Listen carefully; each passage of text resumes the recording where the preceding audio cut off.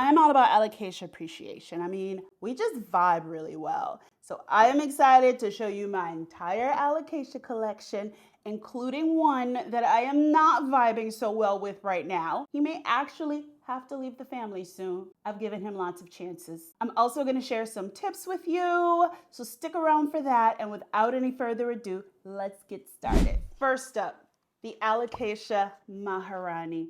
When I tell you, this is probably one of the easiest to care for alocasias that I own. I got this a couple years back. When I first got this plant, I didn't know really much about jewel alocasias, which this is. And so I actually almost rotted this plant when I got it because I didn't realize it just didn't need as much water. Jewel alocasias tend not to grow that quickly, and they also tend to grow really compact. So they're just not as thirsty as some of the other alocasias, and I simply did not know that. But now he is just fine. I have him in a self-watering planter. He has so many leaves, like he keeps all of his leaves. He has a new leaf coming up here.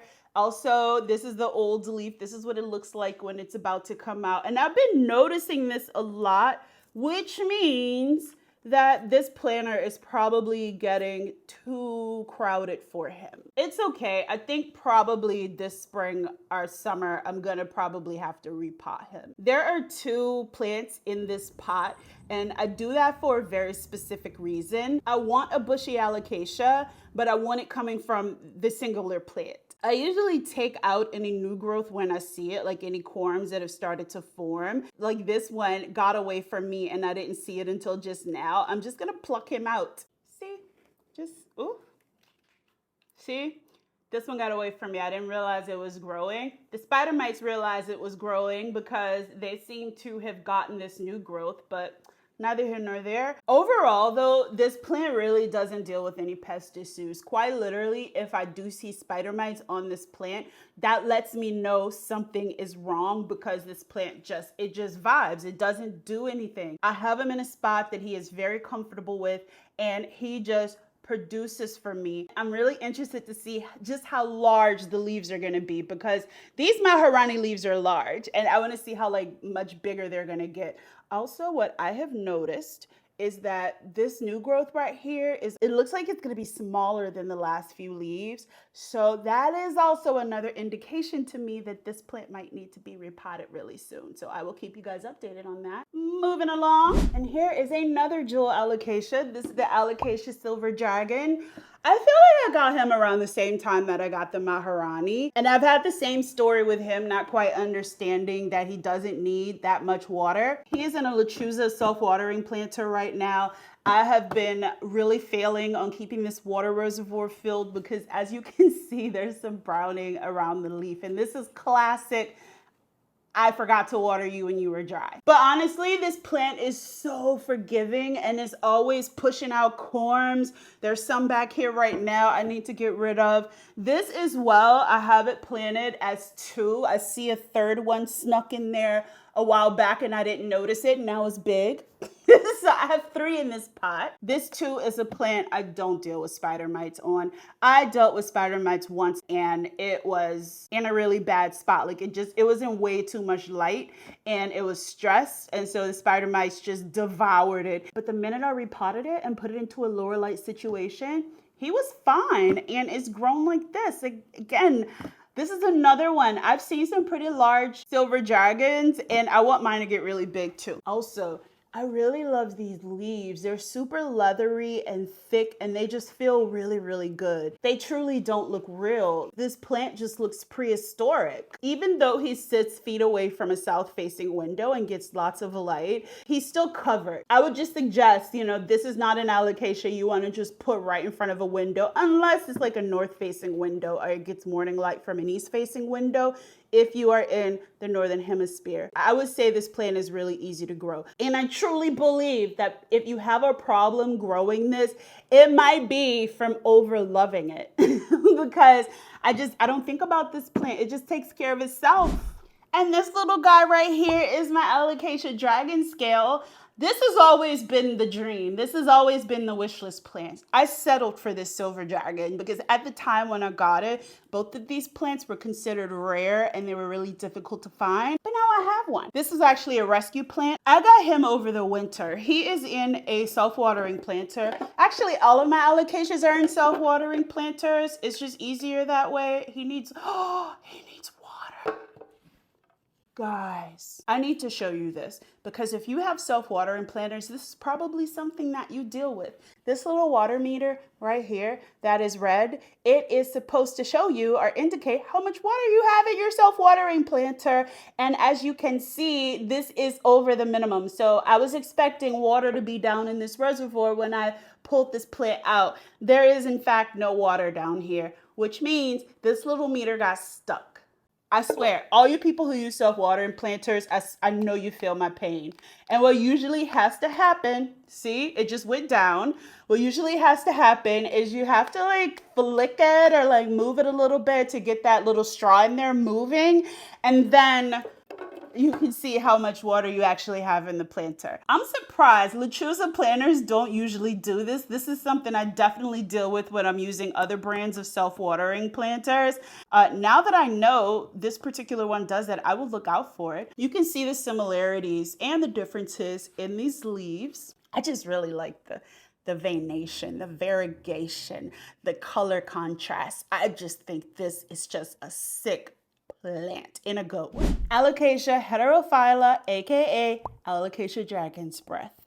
I've had this plant for about a year, a little over a year actually. He is not the fastest grower. All of this growth that you see, I was just expecting more from him. The mature version of this plant looks so good that I couldn't pass it up. I had to grow it. I don't care how long it takes to grow. If I can get the mature version, if I can get this to look like that, I am good, okay? This plant, if you just look at these leaves, this plant is just great. Most of my Alocasias went dormant over the winter and he went dormant as well. So he is just starting to come out of dormancy and produce new leaves. So I see a new leaf on him right now. There are 2 plants in here. I really only wanted one on this plant.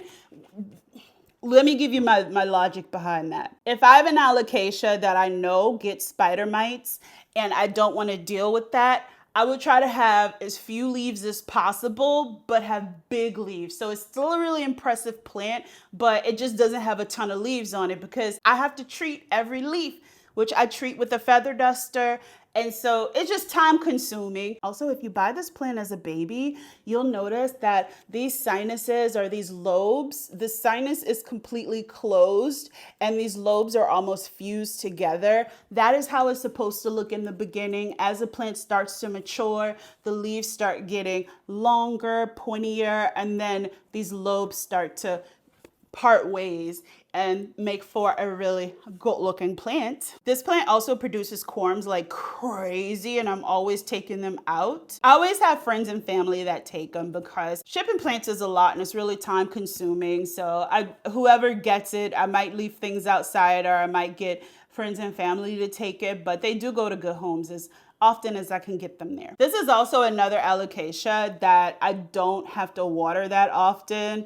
He is obviously thirstier than the jewel Alocasias that I showed you, but he is not that thirsty. I would say he's like an intermediate level of thirsty. This plant I give low light to. He doesn't get much light at all. And I think he likes that because I had him in a higher light situation and it just completely rebelled on me. The leaves started burning. I started getting crazy spider mite. Like it was a lot. So I put it back into a spot over here under one of my anthuriums. This is a Forgetii by Luxuriance. I put him back under here and he is thriving in that position. Like, I'm proud of you.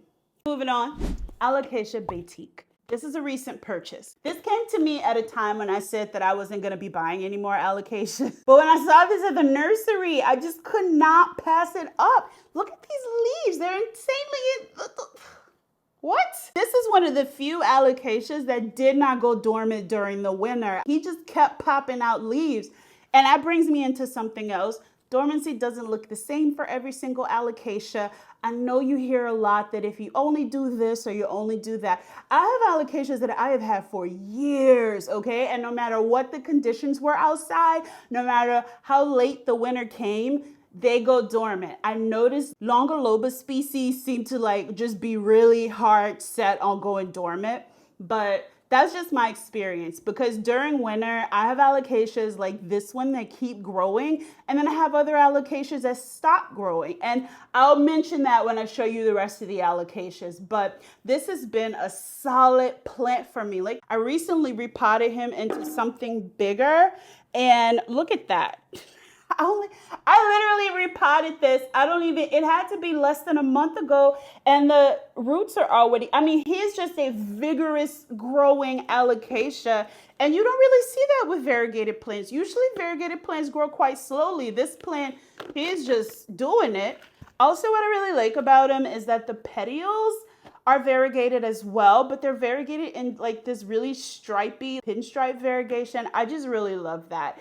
And this is also a plant that is prone to spider mites. I noticed that a lot of alocasias with these papery leaves tend to get the most spider mites. What I do to counteract that is, for this plant, since I noticed that its growth habit has it growing lots of leaves in very compact form, I took all of the other plants that were growing in here out so I could just focus on the leaves on this one. I don't want to have too many leaves where I am dusting this thing off for a very long time, because when things start to get cumbersome and things start to get too difficult, you tend not to do them, and I want to stay up on its treatment. So this alocasia gets an honorable mention. These are my two Alocasia zebrinas. This plant was just growing so big that it was gonna outgrow me at some point, and I just had to stop its growth because I was running out of space. So what I did is I let it completely dry out. It's been in this form for goodness, maybe like 8 or 9 months now. It's been like this. He's still alive. He still has lots of green on him. Will I bring him back this year? I don't know. But this plant was majestic when it was in its prime, and you will live again. This big guy right here is my Alocasia Poly. He is also the one on the chopping block. I've had this plant for at least 6 years, And he was one of my first alocasias before I got most of the other ones that I have. You know what? He is just so much more problematic than some of the other alocasias that I have. And I didn't realize that until I started getting more alocasias. This is another one too that I never dealt with pest on this plant. So I had this plant for a good 3 years and never dealt with thrips or spider mites or any of that. But when I flooded my collection with plants, and I did it way too quickly, it caught thrips, it caught spider mites. Since then, almost every year, it goes up on the chopping block, and I think to myself, I could do without all of the maintenance, because believe it or not, what I've learned is that alocasias are different when it comes to pest pressure. And out of every single alocasia I have purchased, this one holds first place for the most difficult plant to deal with pest on. And most people already know that I use a feather duster to wipe down my leaves or to dust off these leaves so I don't have any pests, and that works so well. But the problem is with this plant, he needs it too often. I can get away with maybe once every 2 weeks or something with most of my alocasias because I only dust off my alocasias. But if I leave this plant for too long, there are gonna be webs everywhere. So he just takes frequent maintenance. And just to tell you how bad it is, he is right next to my Alocasia Chantry, and the Chantry, these leaves are touching it. I don't have to deal with spider mites on the Chantry. So I rarely dust the Chantry because it rarely gets spider mites. So I don't mind the Chantry having a ton of leaves because I'm okay with the fact that I have to do this very infrequently. This plant, however, is just too much. And then also too with the feather duster, this plant just naturally is extremely bolate. So it has all of these like ridges and like it's bubbly. So the texture is kind of bubbly. And so I really have to get in these crevices because the crevices are where the spider mites just love to make a web. There are 3 plants in here, and that is on purpose. I am very diligent about pulling up any little alocasias that have grown in this plant because Again, I don't want to have to deal with dusting off so many leaves so frequently. So I allow the old growth to produce new leaves, and I let any like new little poly babies that pop up, I take them out. I've been spoiled so much by some of my other alocasias that I think this is the year that I am going to get rid of it. And I hate to do it. This plant has sentimental value to me, but also the fact that the plant has sentimental value, I don't think justifies the work that I have to do to maintain it. And now that I'm talking to you about it out loud, yeah, I think he's gonna go. I think I might actually make him go today. It's been an epic journey, but you to go. I think it's time for you to, I don't know what to tell you. I'm just very sorry. Alocasia Chantry. I love him the most by far. It's not even close. This plant, the sentimental value is to the roof. I got this plant when it was literally just sprouting outside of its corm. I got 2 of them. I have had the best possible experience with this alocasia. I feel like we are one, okay? We understand each other. People say that they have difficulty keeping more than 1 leaf on an alocasia or more than a couple leaves on an alocasia. And though I don't have that problem with any of my alocasias, this one is the most prolific. This one just keeps producing leaves. Actually, at one point, one of the plants in here split out into 2. And so now I may get 3. Yeah, I get 3 leaves at once. It's an easy grower. Also, I really don't have to deal with pests on the Chantry. Spider mites, if I let them go for too long, they might take a hold, but for the most part, just using this feather duster has been extremely effective. And you know it's been effective because I don't feel like doing all of these leaves, but I have to do it so infrequently that is just not a problem. I'm instinctively dusting things because I can't see an alocasia and have my feather duster and not just start dusting. Anyway, his leaves are starting to yellow a little bit. There was a time when the leaves were yellowing that people told me this was just what normal alocasias did. I was like, no, because I know my Chantry and she doesn't do those things. And it was root bound. So what I've learned about a lot of alocasias is if it is holding on to a lot of leaves and then all of a sudden the leaves just start dropping or the new growth comes in and just leaves start dying, that's not okay. It's not normal. It's not natural. So you need to start looking at some of your environmental factors to see if there's a problem there.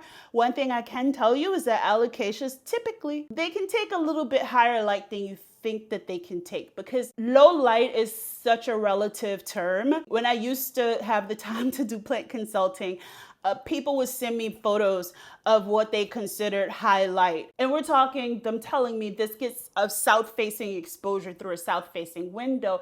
But I would see that that south-facing window had blinds and the plant was like in the middle of a dining room table. So it was so many feet away from the window. Most of the time, I don't know if the blinds were closed, but even if they're open, that filters the light through. So just, it's very, very tricky to figure out what is the right light. If you really want to know, there are light apps, light meter apps on Android and iPhone. They're not the most accurate, but they are very, very helpful. And if you want to go a little bit more pricey or more expensive and reliable, there are tons of light meters that you can purchase that will tell you exactly in lux and foot candles how much light your alocasia is getting. And a quick tip with light measurements, as the sun rotates around your home and it rises and it sets, it's going to give you different light at different times. I would take readings early in the morning, mid-morning, afternoon when the sun's the highest, and then in the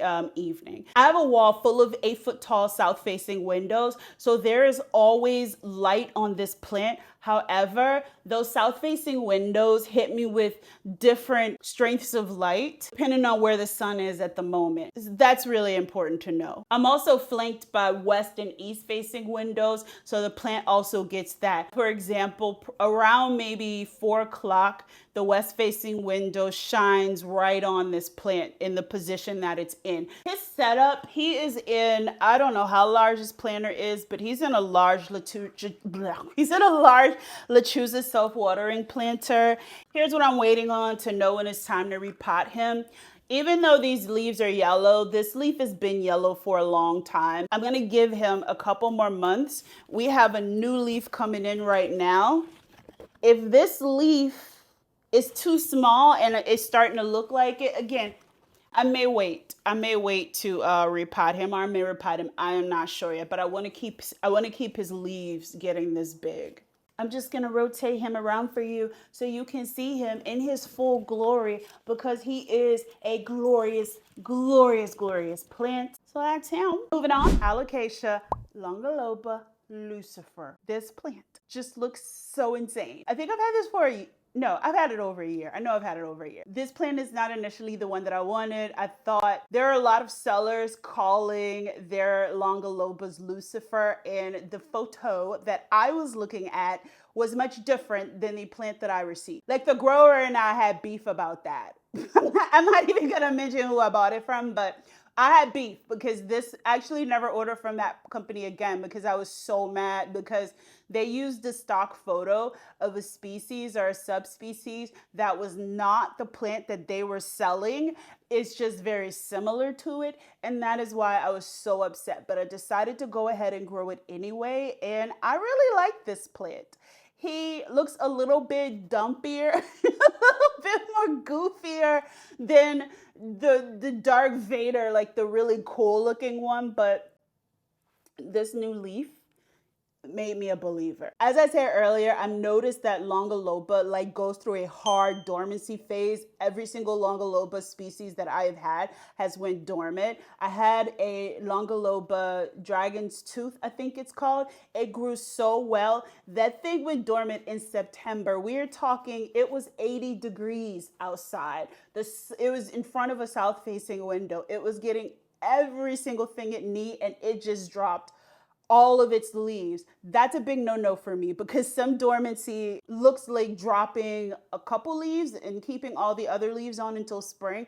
But the Dragon's Tooth just dropped everything, and I was just left in the winter with the ugly bulb inside of the dirt, and I just didn't like it. I think this is the only Longaloba I have, but just know that certain alocasias will go dormant while other alocasias won't. He does not grow the fastest, also doesn't carry on that many leaves. He doesn't carry that many leaves, and some alocasias carry more the leaves than others. I actually like the look of him having sparse leaves. And 1, 2, 3, 4, 5. So this is 5 leaves and 1 plant. And I only wanted 1 plant in here. I took the second one out because I like the way this looks with only a few leaves. I think it looks a lot more like a statement piece that way. So I'm probably gonna be taking this leaf off soon. No, these 2 leaves off soon when another leaf pops up, so I can kind of keep this look going. This is also the first alocasia that I use the method of putting cloth inside of a self-watering planter for. And I use a cloth inside of here because the roots just go crazy. They hit the reservoir, they give the plant way too much. There's a little root. It looks like it poked through and he is dead. It looks like everything looks good. I haven't repotted any of the plants yet that I put this cloth in, but he's probably going to be up for a repot later on this summer, so I will keep you guys updated. Also, he's like catty corner to a south-facing window. I really don't want to give him too much light, because when I had him in a spot where he was getting way too much sun, and all of these leaves just like were pointing completely down. And I moved into another spot, and within days he straightened back up. And now I have him in a new spot where he seems to love, and he can spread like this because he's in front of like a wall, but he is literally in between 2 huge south-facing windows. And I love that because it causes him to like spread like this. And I just think that's a good look. Also, this is a garden self-watering planter that I have him in. Word of warning, I do like these planters because they are very cost effective. However, the little meter here, it notoriously sticks. It actually is so notorious for sticking that I just, every now and then, I just go around and I just pluck it because I just don't trust it. And that's kind of why I'm starting to phase these out, but I still think that Garden X planters are really good planters to have if you don't want to spend a ton of money and if you're okay with that. For me, this kind of defeats the purpose of having a self-watering planter. This plant produces corms prolifically. I am literally always taking these out. Like, and again, I don't sell plants, I don't sell corms. I'm very sorry. There's just not even amount of money that anyone could pay me to sell them. It's just, selling stuff is just a huge headache that I'd rather not have. I used to also put some things in Facebook Marketplace or some of the Facebook groups that I'm in, and I can't sell them. I can't sell anything. All right, who's next? Alocasia Nugguini Gold, and I actually have two of them, and I'm trying desperately to keep them separated because this one hangs out in my bathroom where I don't have any pests, so I kind of don't want him like touching any of the leaves in here and possibly catching something. I've had these, I don't know, 2.5 years. What I like most about this plant is that it has natural variegation. So this is a species, it's not a cultivar, it grows like this in nature. And it's from Papua New Guinea. I just think this plant is so cool. I had some hiccups in the beginning because what I found is that if you don't give this the right condition, the right amount of light, the right amount of fertilizer, he is really quick to put out a small leaf. Like, you don't get consistently big leaves with this particular alocasia. The last few leaves have looked great, but we're talking, you might get a leaf like, oh, I don't want y'all to touch, move. You get a leaf, so you get a leaf like this, right? And then the very next leaf will be like this. And then the next leaf, when I was like, okay, let me pay more attention to it, bam. And then now this leaf that's coming in right here is going to be really big, and he's going to be super variegated. And I think the reason why is because it has warmed up. The sun is up and is out now, and it is time for him to shine. It's time for him to shine. And as far as like dusting goes, I really like this plant because the leaves are so large and broad and they're also like really flat, and I really like that too. So it's just so easy to dust this plant. And this plant is also prone to spider mites, like really, really bad, but it doesn't bother me because, like I said, these leaves are so big, they're flat. I just don't have a problem keeping up with spider mite pressure on this plant. So I dust him like once a week. I do the feather dusting thing, and he is fine. And I'm also glad I really figured out how to keep the leaves big on this because, believe it or not, this is a mother plant right here, and it's much smaller than this bigger plant just because the conditions are different. In my bathroom, I have a huge west-facing window that he gets light from, but this guy gets south-facing light. And he gets a little trickle in from the west-facing window. So he gets a lot more light. Also, since he's in this room with all of my other plants, he also gets heavy fertilizer because I fertilize it every watering. I use Foliage Pro. And so he gets fertilized all the time. This one, my bathroom alocasia, I usually fill this up from the sink or from the bathtub because I'm lazy. I've only recently started making sure that I give him the same water that I give everything, but it's just too convenient to just throw it in the bathtub and just put water in it. So that's something I'm changing. And I really can't afford for him to get too much bigger because I don't have the bathroom space, but he's doing well. He's doing well. And on that note, folks, we are done, okay? I actually don't have as many alocasias as I thought I did, and I think the reason why is because I have such big mature ones that they take up so much space. So I am always looking at an alocasia because there's always one in my face. I hope this video was helpful for you guys, and that's this week's video. I will see you next week.